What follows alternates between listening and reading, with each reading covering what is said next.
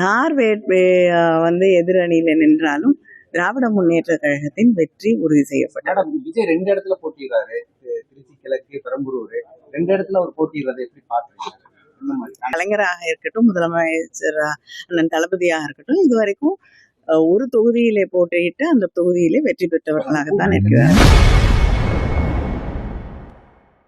தமிழக வெற்றிக் கழக தலைவர் விஜய் 2 தொகுதிகளில் போட்டியிடுவது குறித்து செய்தியாளர் எழுப்பிய கேள்விக்கு திமுக எம்பி கனிமொழி பதிலளித்துள்ளார்.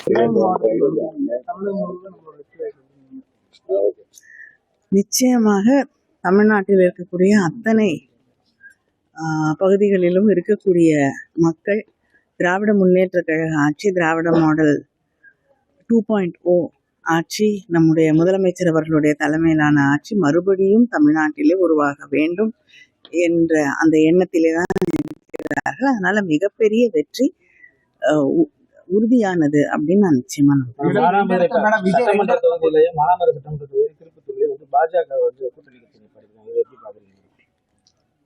யார் வந்து எதிரணியில நின்றாலும் திராவிட முன்னேற்ற கழகத்தின் வெற்றி உறுதி செய்யப்பட்டது. விஜய் 2 இடத்துல போட்டிடுறாரு, திருச்சி கிழக்கு, பெரம்பலூர் 2 இடத்துல அவர் போட்டிடுறதை எப்படி பாக்குறீங்க? அது அவருடைய கான்ஃபிடென்ஸை, அவங்களுடைய கட்சியோட கான்ஃபிடென்ஸை காட்டுதே தவிர நான் வந்து அதை பற்றி விமர்சனம் செய்ய விரும்பவில்லை.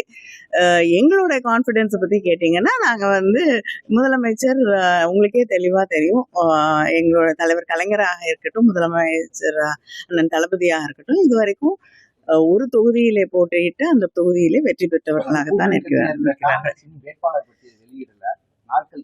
எங்க கூட்டணி கட்சி அப்ப பிஜேபியோட பட்டியல் வந்துருச்சா?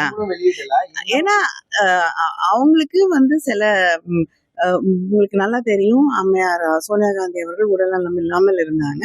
அதனால வந்து கொஞ்சம் காலதாமதமாகுது. நிச்சயமாக விரைவிலே அவங்களோட பட்டியல் வெளியிட்டோம். விஜய் அவர்கள் பிரச்சாரம் பண்ணும்போது பிரச்சனை ஆயிடுச்சு, அவங்க வெளியே போயிட்டாங்க, பிரச்சாரம் பண்ண விடாம திமுக காரணம் குற்றச்சாட்டு இல்லைங்க. பசையெல்லாம் உள்ள விட்டு ரொம்ப இடையூறு பண்ணதா என்னங்க, இடையில கவர்மெண்ட் பஸ் எல்லாம் தேவையில்லாம உள்ள வந்துச்சு. கவர்மெண்ட் பஸ் வந்து இப்போ கவர்மெண்ட் சாலைகள்ல போறது வந்து ஒரு குற்றம் அப்படின்னா என்ன பண்ண முடியும்? மக்களுக்காக தான் வந்து பேருந்துகள் இயக்கப்படுகிறது. மக்களுக்கு பணி செய்யறேன்னு வந்துட்டு மக்களுடைய பேருந்துகள், அப்புறம் வந்து ஆம்புலன்ஸ் எதுவுமே அந்த பக்கம் போகக்கூடாதுன்னா அது என்ன நியாயம்னு எனக்கு தெரியல.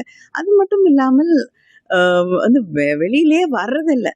வரும்பொழுதெல்லாம் வந்து இந்த நேரத்துல, தேர்தல் நேரத்துல அரசு ஒன்றும் செய்ய முடியாது. தேர்தல் ஆணையம் தான் பெர்மிஷன் கொடுக்கறதோ எதுவா இருந்தாலும் அவங்க கையில இருக்கு. அதை யாராக இருந்தாலும் புரிந்து கொள்ள வேண்டும். எடப்பாடி பழனிசாமி வந்து முன்னாடி கொடுத்த தேர்தல் வாக்குறுதியை நிறைவேற்றல, இப்ப மீண்டும் எங்களை பார்த்து காசு பண்ணி கொடுத்துருக்காங்க சொல்றாரு. அது இல்லைங்க, மகளிர் உரிமை தொகை, நான் ஒரே ஒரு உதாரணம் சொல்கிறேன். மகளிர் உரிமை தொகை 1000 ரூபாய் அப்படின்னு அறிவித்தது, அதை செயல்படுத்தியது திராவிட முன்னேற்ற கழகம். அதை 2000 ரூபாயாக உயர்த்தி தருவேன் என்று நம்முடைய முதலமைச்சர் அவர்கள் அறிவித்தார்கள். அதுக்கு பிறகு வந்து நாங்க 2000 ரூபாய் கொடுக்குறோம் அப்படின்னு சொன்னது யாருன்னு உங்களுக்கு தெளிவா தெரியும். அதனால யார் காப்பி பண்ணியிருக்காங்க, யார் காப்பி பண்ணலன்னு தெரியும். நாங்க 8000 ரூபாய்க்கு ஒரு வவுச்சர் தரோம் அப்படின்னு சொன்ன உடனே மக்களுக்கு என்ன தேவையோ அதை வாங்கி கொள்ளலாம்.